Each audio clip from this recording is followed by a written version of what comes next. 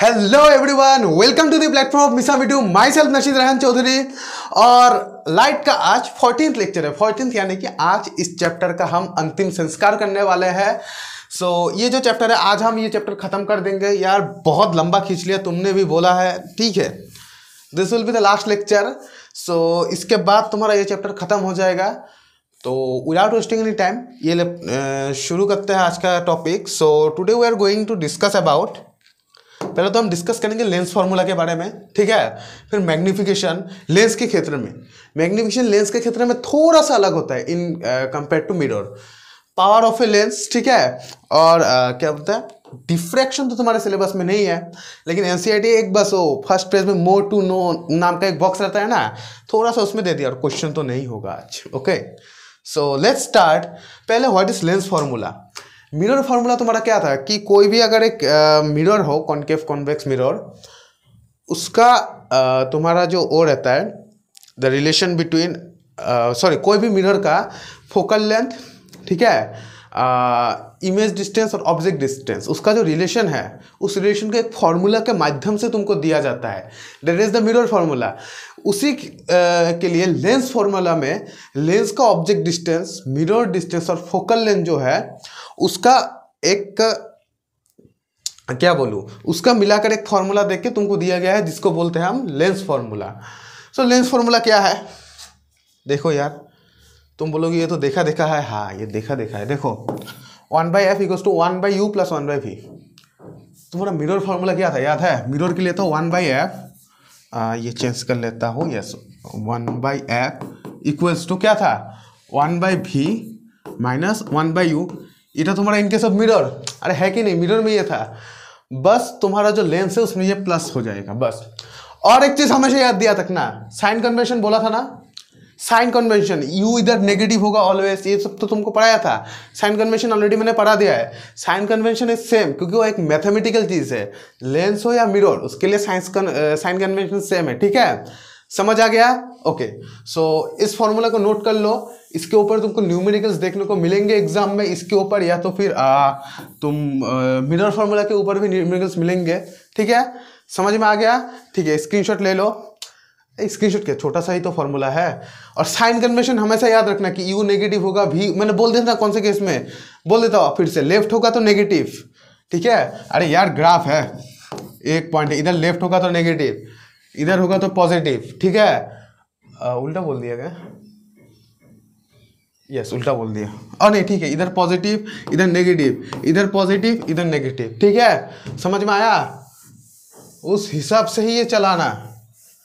अगर इसमें गलती करोगे तो न्यूमेरिकल्स नहीं बनेंगे। Okay, moving to the next topic, magnification of a lens. Mirror के लिए तो तुमने पढ़ा था, ये है m। मिरर के लिए क्या था, m = -v/u h'/h। ये इधर थोड़ा ओके, फोटो में थोड़ा क्लियर नहीं आ रहा, मैं ये फिर से लिख देता हूँ एक बार, ठीक है। दिस इज m, थोड़ा मोटा कर लेता हूँ ये, ओके ओके। ये देखो, ये है m, ठीक है। m मतलब क्या, मैग्निफिकेशन। ये है h', ये है h, ठीक है। Height of the image to the height of the object, ठीक है, v/u। समझ गए? मिरर के केस में ये -v/u था, लेकिन तुम्हारे यहाँ पर ये माइनस में नहीं आएगा। मिरर में क्या था, माइनस था, लेंस में माइनस नहीं प्लस आएगा। इनका एक डिराइवेशन भी रहता है, लेकिन ठीक है, लेकिन डिराइवेशन तो तुमको नहीं चाहिए। क्लास 12 में तुमको इसका डिराइवेशन मिलेगा, ठीक है। अच्छे से पढ़ लेना, ये बहुत इंपॉर्टेंट है। इसके ऊपर भी तुमको न्यूमेरिकल्स देखने को मिलेंगे, ठीक है। Moving to the next slide.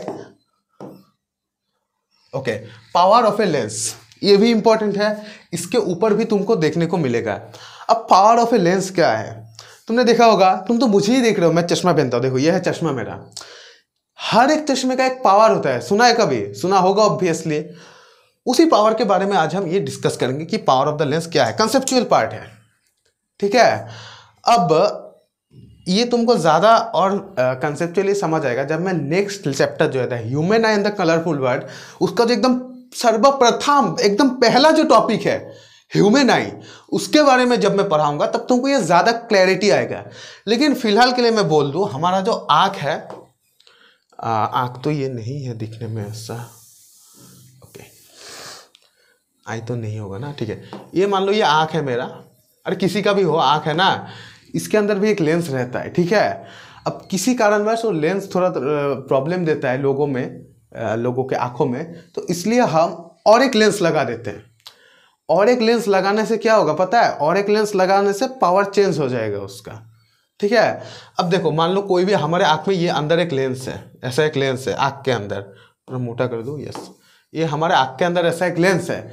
इसका तो एक निर्दिष्ट फोकल लेंथ होगा, ठीक है। अगर किसी कारणवश फोकल लेंथ चेंज हो जाए तो पावर भी चेंज होगा। ये समझाता हूँ, देखो पहले पावर क्या है समझो। पावर एक लेंस का, एक कांच के टुकड़ा का एक कैरेक्टरिस्टिक है, ठीक है। कैसा कैरेक्टरिस्टिक, कोई भी लेंस हो, जैसे मैंने ये भी लेंस पहना है, ये कौन सा लेंस है, कनकेव कन्वेक्स, ये तुमको नेक्स्ट चैप्टर में समझ में आएगा। कोई भी लेंस लो, लेंस फिलहाल मेरे पास नहीं है, लेंस के ऐसे लेंस जो है, इधर से जब रे ऑफ लाइट जाएगा तब ये इतना मुड़ेगा, ये इतना मुड़ेगा, ये इतना मुड़ेगा, ये इतना मुड़ेगा, ये कितना मुड़ेगा, कितना मुड़ेगा, that depends upon the power of the lens, ठीक है। कोई भी लेंस हो, उसमें से रे ऑफ लाइट तुम पास कराओ, और रे ऑफ लाइट इतना मुड़ेगा, इतना मुड़ेगा, इतना मुड़ेगा, ये जा रहा है रे ऑफ लाइट, इतना उपज जाएगा, इतना उपज जाएगा, या इतना उपज जाएगा। ये जो कैरेक्टरिस्टिक है कि रे ऑफ लाइट कितना ऊपर जाएगा, this is defined as the power of the lens. Definition क्या दिया है, the ability of a lens to bend light falling on it, the ability of lens to bend the light falling on it is called power of a lens. कोई भी light एक lens में पड़ रहा है, उसका जो एबिलिटी है उसको बेंड करने का, उसको हम पावर बोलते हैं। तो पावर ऑफ ए लेंस, ठीक है, एग्जाम में ये लिख सकते हो, लेकिन एग्जाम में ज्यादा प्रीफर्ड मैं कौन सा कहूंगा, ये मेथड इंटीग्रल जो फॉर्मूला है। तो power of a lens is defined as the inverse of focal length in metre. Actually ये जो फॉर्मूला है ये है P equals to 1/f, f मतलब फोकल लेंथ, और f मीटर में होना चाहिए। हमेशा याद रखना, क्वेश्चन में तुमको f ऑलवेज इन सेंटीमीटर मिलेगा, सेंटीमीटर यूज मत करना, सेंटीमीटर यूज मत करना, मैं बार बार बोल रहा हूं। एफ हमेशा तुमको सेंटीमीटर में मिलेगा, सेंटीमीटर यूज मत करना, इसको कन्वर्ट कर लेना ऑलवेज इन मीटर, नहीं तो ये गलत हो जाएगा। ऑलवेज इन मीटर इसको कन्वर्ट करना, नहीं गलत हो जाएगा, ठीक है। ऑलवेज इन मीटर लिख लो, ये गलती तुम करोगे एक बार नहीं एक बार। सेंटीमीटर में कभी भी कैलकुलेशन हमें नहीं करना, कैलकुलेशन करोगे तो सिर्फ इन मीटर, ठीक है। सो इतना दूर हो गया। फॉर्मूला क्या है, P equals to 1/f in metre. इसको ही तुम एज ए डेफिनेशन लिख सकते हो, या फिर ऊपर वाला भी लिख सकते हो, तुम्हारा मर्जी जो लिखो। So what is power, power is defined as the reciprocal या फिर inverse of focal length in metre.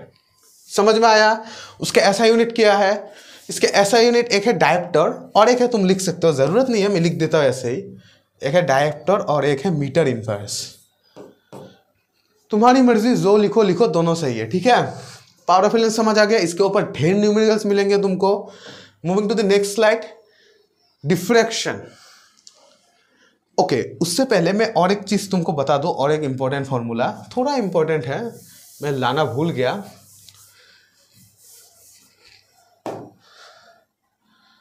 Black नहीं, हाँ, फॉर्मूला ये है कि इधर गया, यस, ये है P, ठीक है, total equals to P1 plus P2 plus P3 plus dot dot dot dot dot. ये क्या लिखा मैंने, ठीक है। अरे यार ये ऐसा क्यों हो गया। ओके, नॉर्मल पेन से ही लिख देता हूँ, उपाय नहीं है मेरे पास। P टोटल ना, P टोटल दिख रहा है ना, equals to P1 plus P2 plus P3 plus dot dot dot dot dot, ठीक है। क्या है, अगर दो तीन लेंस तुम एक साथ मिला दोगे तो उसका जो टोटल पावर होगा वो पहला लेंस, दूसरा लेंस, तीसरा लेंस के पावर के बराबर होगा। इसको अगर मैं फर्दर डिराइव करूँ, P मतलब क्या है, 1/f इन मीटर, मीटर में नहीं लिख रहा है, तो 1/f टोटल जो होगा दैट इज क्या होगा, 1/f1 प्लस 1/f2 ठीक है, +1/f3 plus dot dot dot dot dot, ठीक है। समझ में आया कि नहीं? है या ना बोलो? ये लिख लो कॉपी में, ठीक है। ये कुछ न्यूमेरिकल्स में तुमको काम आएंगे, ठीक है। सो पावर हमारा खत्म हो गया। डिफ्रैक्शन क्या है? मैंने तुमको क्या बोला था, लाइट के दो नेचर है, रे और वेव। अब तक तो समझ आ गया। रे हमने कंप्लीटली पढ़ लिया है रिफ्लेक्शन और रिफ्रैक्शन के माध्यम से। रिफ्लेक्शन के पास एक छोटा सा एप्लीकेशन बाकी है, वो नेक्स्ट चैप्टर में है। हम अभी पढ़ेंगे वेव नेचर कि लाइट ये ऐसा ऐसा भी करता है, वेव तो ऐसा ही दिखता है ना। ओके, डिफ्रैक्शन क्या है? ये एनसीईआरटी का डायरेक्ट उठाया है। ये एक पिक्चर है, तुम देख सकते हो। ये दरवाजा है, दिस इज ए डोर। ये डोर है, ठीक है। अब डोर के मान लो यहां पर ये कंप्लीटली बंद है, ये बंद है कंप्लीटली, ठीक है। ये कंप्लीटली बंद है, रफ कर दे रहा हूं, कंप्लीटली बंद है। सिर्फ इस कोने से, ये कोना जो तुम दिख रहे हो ना, यहां से लाइट आ रहा है कि नहीं? अब मान लो ये जो कोना है, इसको मैं जूम कर देता हूं तो ये इतना बड़ा होगा। लाइट ऑफ रेस आएंगे बाहर से लाइट ऑफ रेस आ रहे हैं ना। ज़्यादा गंदा दिख रहा है, ज़्यादा लाल लाल हो गया, ये मैं ब्लू कर देता हूँ। अब लाइट ऑफ रेस बाहर से आ रहे हैं कि नहीं? ये तो छोटा गोला है, इधर से तो सीधा आना चाहिए था, इतने सारे रेस क्यों आ रहे हैं? नोटिस करो, ऑब्वियस बात है, ठीक है। ये और एक एक्सपेरिमेंट से होगा, तुम घर में भी कर सकते हो। ऐसे दो ब्लेड ले लो, ब्लेड देखा है ना तुमने, दाढ़ी जिससे काटते हैं, ठीक है। ऐसा ब्लेड ले लो तुम, ये एक ब्लेड है, ठीक है। ये है दूसरा blade, this is second blade. बीच में गैप बिल्कुल नहीं रहना चाहिए। एक्चुअली तो गैप नहीं रहेगा, है लेकिन हमको दिखेगा नहीं। इस बीच से तुम ग्रीन कलर का या कोई भी कलर का लेजर लाइट पास कराओ, ठीक है। सॉरी, एक रेस ही पास होगा लेजर लाइट का, एक लाइट पास कराओ। नियम से अगर यहां पर एक वॉल है, हाँ, अगर यहां पर एक वॉल है, वॉल में क्या दिखना चाहिए था तुमको? इधर से गया, यहां पर लाइट आके गिर गया, लेकिन नहीं दिखेगा। वहां पर तुमको क्या दिखेगा पता है?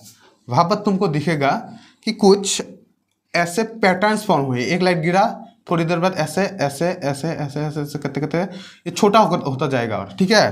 मैं छोटा एकदम बना के दिखा देता हूँ, कंफ्यूजन रहेगा नहीं तो।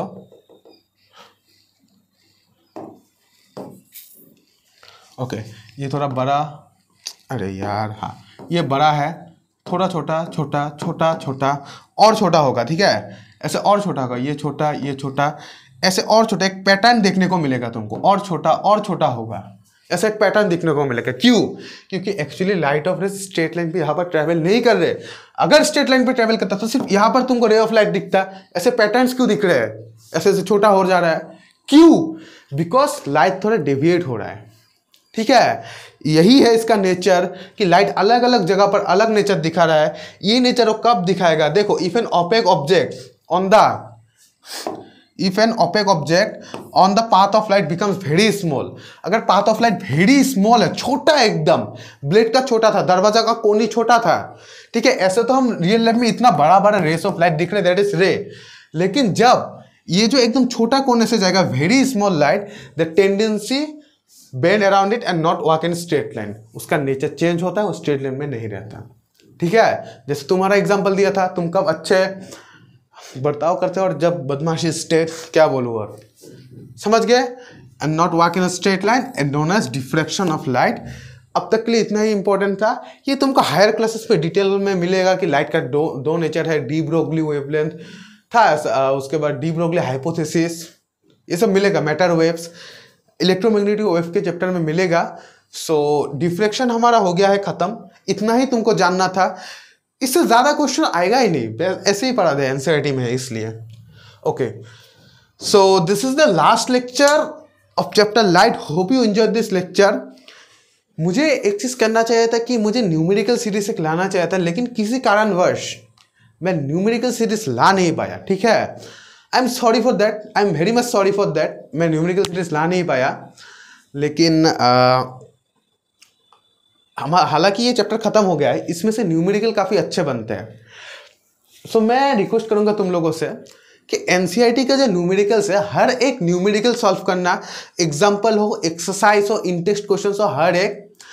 उसके बाद तुम किसी भी प्रीवियस ईयर बुक्स को खरीद लेना मार्केट से, या प्रीवियस ईयर क्वेश्चन जो है सेबा के क्लास 10 इंटरनेट से डाउनलोड कर लेना, उसके न्यूमेरिकल सॉल्व करना, तुम्हारा मोर देन एनफ हो जाएगा। अगर फिर भी किसी न्यूमेरिकल किसी क्वेश्चन में तुम अटकते हो तो comment section is always free. तुम कमेंट करो कौन से में प्रॉब्लम है, मैं उसके लिए मैनेजमेंट को बोलकर एक्स्ट्रा लेक्चर लेके आऊँगा। वैसे मेरा अलाउंस नहीं है एक्स्ट्रा लेक्चर लाने का, इधर ही खत्म होना चाहिए, लेकिन मैं मैनेजमेंट को बोलकर एक्स्ट्रा लेक्चर लेके आऊँगा अगर किसी टॉपिक में तुम्हारा प्रॉब्लम है, ठीक है। So this is the last lecture and और तो कुछ है नहीं। एनसीईआरटी के बुक लाइन बाय लाइन पढ़ो। अगर तुम मेरे एक्सप्लेनेशन से पहले एनसीईआरटी का बुक पढ़ती है, किसी भी टीचर के एक्सप्लेनेशन देखने से पहले एनसीईआरटी का बुक पढ़ते, तब तुमको समझ में नहीं आता, क्योंकि एनसीईआरटी थोड़ा कॉम्प्लेक्स रहता है, मेनली फॉर फिजिक्स, ठीक है। NCERT is based for biology chemistry, लेकिन फिजिक्स के लिए थोड़ा अलग लेवल का रहता है वो। लेकिन अब जब तुमने लेक्चर देख लिया है मेरा या कहीं से पढ़ लिया, तब तुम अगर एनसीईआरटी लाइन बाय लाइन पढ़ोगे, हर एक लाइन समझ में आएगा। अगर एनसीईआरटी का कोई लाइन समझ नहीं आया कमेंट करो। वैसे मैंने फुल ट्राई किया है कि एनसीईआरटी का हर एक लाइन कवर हो जाए। फिर भी किसी कारणवश हो सकता है मेरा छूट जाए। अगर छूट गया, समझ नहीं आया, नीचे कमेंट करो, मैं एक्सप्लेन कर दूंगा। और एक चीज़, अगर किसी को फिजिक्स के लिए रेफरेंस बुक पढ़ना है, जिसका ज़रूरत नहीं है लेकिन कुछ लोगों का इंटरेस्ट रहता है, और मैं भी सजेस्ट करूंगा, सजेस्ट नहीं प्रीफर करूंगा कि तुम एक रेफरेंस बुक पढ़ो। इससे तुम्हारा नॉलेज इन्हेंस होगा और बुक पढ़ने का जो स्किल है वो इन्हेंस हो जाएगा। तो तुम पढ़ना एस चांद पब्लिकेशन की एक किताब है, लखमीर सिंह एंड मंजीत कौर। एस चांद पब्लिकेशन की लखमीर सिंह और मंजीत कौर, थ्योरी हिसाब से वो बुक बहुत अच्छा है। लास्ट में बहुत क्वेश्चंस दिए हैं, अगर तुम वो क्वेश्चन सॉल्व कर जाओगे 100% तुमको कॉमन मिलेंगे ही, ठीक है। अगर टाइम है तो एस चांद सॉल्व करो, अगर टाइम नहीं है एस चांद मत करो, तुम्हारी मर्जी। अदर बुक्स भी है, प्रदीप का फिजिक्स है, एससी वर्मा सर का फिजिक्स है, लेकिन ये थोड़ा हायर लेवल में चला जाता है। जो बच्चे ओलंपियाड्स के लिए तैयारी कर रहे हैं, एनटीएससी जैसे एग्जाम्स के लिए, वो लोग मेनली प्रदीप, एससी वर्मा ये सब सॉल्व करते हैं, या पियर्सन का बुक सॉल्व करते हैं, या आर्यन का फाउंडेशन। लेकिन एस चांद जो है ना, तुम्हारा कंसेप्ट बिल्डिंग हेल्प करेगा, बुक पढ़ने की एबिलिटी को बढ़ाएगा। So this was today's lecture. और एस चांद जो बुक है ये बहुत सीबीएसई सेवा के लिए है। और हाँ, एक चीज़, अगर तुमको क्वेश्चन बैंक खरीदना है, ठीक है, प्रीफर करूंगा क्वेश्चन बैंक खरीदो, तब तुमको क्वेश्चंस का आइडिया होगा। तो फॉर सेवा स्टूडेंट्स मैं लिख देता हूं, सेवा स्टूडेंट्स के लिए आरजी पब्लिकेशन, ठीक है, and for CBSE students Oswal. These are the two best brands, ठीक है, अब तक जो मार्केट में है, मार्केट में जो है आरजी का सेवा के लिए और सीबीएसई के लिए ओसवाल। सीबीएसई के और भी एग्जाम आइडिया, बट ओसवाल मेरे को बेस्ट लगता है, ठीक है, क्योंकि उसमें स्टूडेंट्स का जो कॉमन मिस्टेक्स है उसका भी बॉक्स अच्छा है ओवरऑल, इसलिए बोल रहा हूँ। सो मेरा कोई कमीशन नहीं है, ठीक है, इनसे मैं ऐसे ही बोल रहा हूँ, एज ए टीचर मैं बोल रहा हूँ, ये दोनों अच्छे हैं एज बुक्स, इनको तुम फॉलो कर सकते हो। So this was today's lecture and this was the last lecture. Thank you for watching this lecture. अगर तुमको ये लेक्चर पसंद आया तो लाइक शेयर सब्सक्राइब जरूर करना। हमारे यूट्यूब के चैनल में तुमको प्लेलिस्ट के अंदर भी ये सब वीडियोस मिल जाएंगे। This was the last lecture. Next lecture will be uploading very soon. I will miss you so much. Thank you.